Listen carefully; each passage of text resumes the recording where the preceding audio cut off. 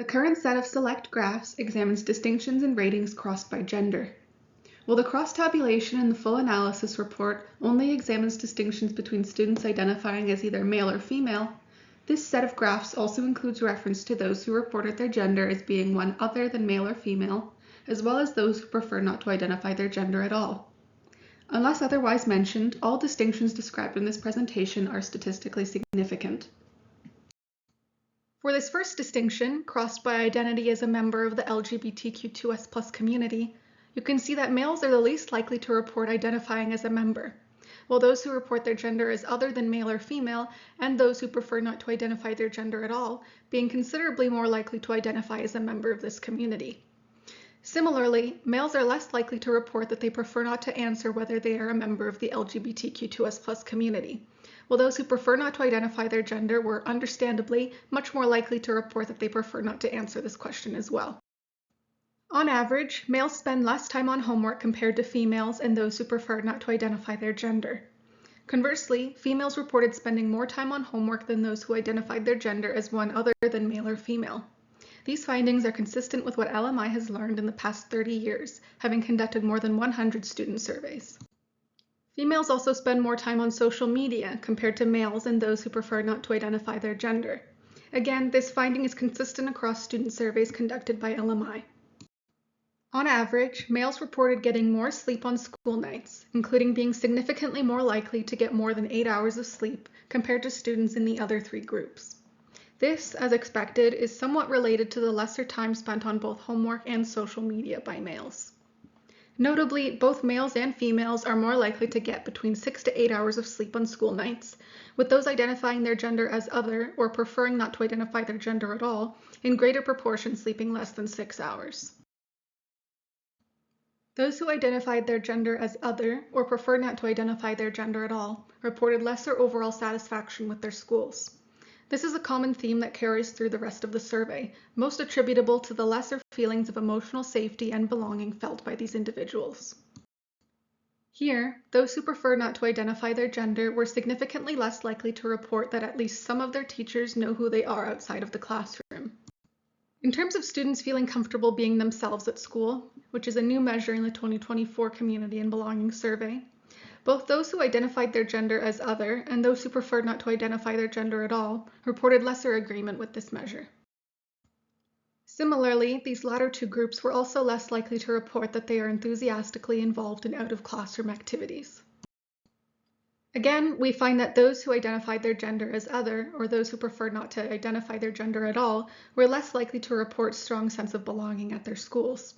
However, we also find that those who identified their gender as male are more likely than all of the other groups, including those who identified as female, to report a strong sense of belonging. We see this same trend carry over to students' feelings of being capable of handling their day-to-day workloads, with males reporting stronger agreement with this measure. While students in the other and prefer not to answer groups likely report lesser capability directly tied to their lesser emotional safety, males likely feel greater capability because they spend less time on homework than females on average. Once again, we see this same trend carry forward, with those who identify their gender as other and those who prefer not to identify their gender at all reporting lesser emotional safety while at school. And again, we see that males compared to females, as well as those in the other two groups, reporting greater emotional safety while at school. In terms of students feeling encouraged to express their opinion, we see the gaps between males and females close. However, once again, we see that those who identify their gender as other and those who prefer not to answer this question reporting lesser feelings of encouragement to express their opinions. Males also reported greater agreement with the statement, "I feel I have personal control over most of my successes and failures." Similarly, we also see lower scores for this measure for those who identify their gender as other and those who prefer not to answer this question. Again, we see that those students in the latter two groups report lower scores compared to males and females, this time for the attitudinal measure, "I feel respected and valued at school." The consistency in lower ratings reported by these two groups highlight the importance of meeting these students' social emotional needs. We see this trend again for the measure, "I feel that I gain meaningful positive value from being a member of the school community," as well as for the measure, "I feel that I make a meaningful positive contribution to the experience of others within the school community." The same is true for this measure. I feel treated as an individual with unique needs, interests, and talents. With those identifying their gender as other and those who prefer not to identify their gender at all, less likely to report greater agreement with this statement. Unsurprisingly, we also see lower scores from these latter two groups for the measure I feel well supported at school as I strive to meet my potential. Although each of these four groups report average ratings above 4.0 for having at least one close friend at school, we do see a stark difference between those who identified their gender as either male or female and those who did not. Interestingly, despite not identifying themselves as members of the traditional gender binary, male or female, those who identified their gender as other and those who preferred not to identify their gender at all reported lesser agreement with the statement, "My school experience has helped me learn to engage constructively with people holding different perspectives from my own." Unsurprisingly, students in these latter two groups report lesser agreement with the statement, "The school deals well with issues of bullying on campus." However, we see that those who identified their gender as male report greater agreement with this statement, even compared to females. We see that lower ratings from those in the latter two groups also directly carries into academic interest, with students who identified their gender as other and those who prefer not to answer this question reporting lesser agreement with the statement, "The school encourages a love of learning in me." Another point of concern, those who identified as other and those who prefer not to answer the gender question reported lesser agreement with the statement, "There is at least one trusted adult I can talk to at school." Moving into the skills series, we see that those in these latter two groups also report lesser self-appraised preparedness for adapting to face new challenges, advocating for themselves, approaching life with intellectual curiosity, assuming a leadership role, and conducting themselves with confidence. We also see that males are more likely to report greater self-appraised preparedness for this measure compared to females, as well as those in the latter two groups. Those who identified their gender as other or prefer not to answer this question also reported lesser self-appraised preparedness for coping with peer pressure, as well as handling stressful situations. We also see that males, compared to each of the other three groups, report greater self-appraised preparedness for handling stressful situations.